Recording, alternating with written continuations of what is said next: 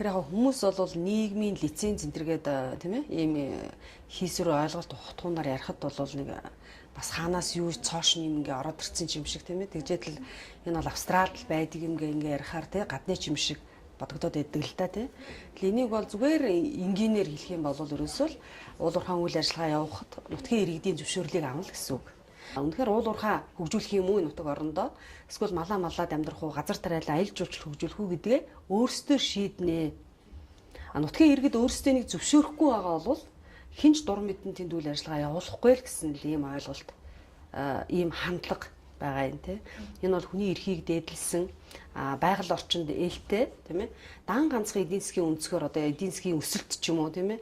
Энийгээр одоо асуудлыг шийддэг хөгжлийг тодорхойлдог энэ үе өнгөрцнийг л харуулж байна л да тийм ээ. Тэгэхээр одоо Монгол орн маань малчин Монгол биш тийм ээ.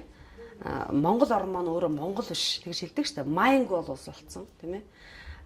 Малчин Монгол бол өнөөдөр тийм нинжа Монгол болсон. Энэ бол нөгөө нийгмийн лиценз аваагүй дур мэдэн үйл ажиллагаа явуулаад монголчуудын нийгмийн амьдрах хэв маягийн зан заншлын уламжлалын тэр үнэт зүйлсийг эвдэж боснуулсан л одоо уул мөр гэж хэлж болох юм. Уурхаа дөнгөж нээгдэхэд л нээсэн цагаасаа эхлээд явцсан тэгээ хаагдахад энэ нөлөөлөл ямар байх вэ гэдгийг харуулсан бүхэл бүтэн нөлөөлийн үнэлгээгээ тэрийгэ иргэдэд танилцуулаад та нарт ийм нөлөө үзүүлэх юм байна шүү. Энэ нөлөөллийг бид нар ингэж бууруулна, ийм хэмжээний хөрөнгө оруулалт хийн.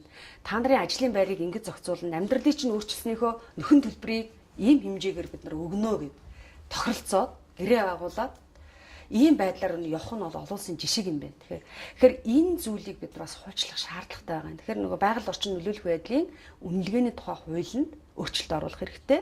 Энэ дээр одоо хамгийн хаягдаад байгаа зүйл бол тэр хүмүүсийн амьдралд энэ уулуурхаа ямар сөрөг нөлөө үзүүлж байгаа гэдгийг нь бүр цогцоор нь ингэж үнэлж тэрийг яаж нөхөн сэргээх юм, яаж нөхөн төлөх, хэн төлөх юм гэдэг тэр бүх зүйлүүдийг нь хэн хариуцах юм гэдэг хариуцлагын хүртэл зааж өгөхгүй бол нутгийн иргэд тийм ээ хохирсон хэвээрээ зөвхөн л одоо эдийн засгийн өсөлтийг харсан энэ хөгжлийн бодлого явсаар хагаад байгаль орчин маань сүйтгэгдээд хүмүүс маань ядуу баян улсын одоо ядуу иргэн болж хувирах ийм л зүй тогтол харагдал юм л да тий.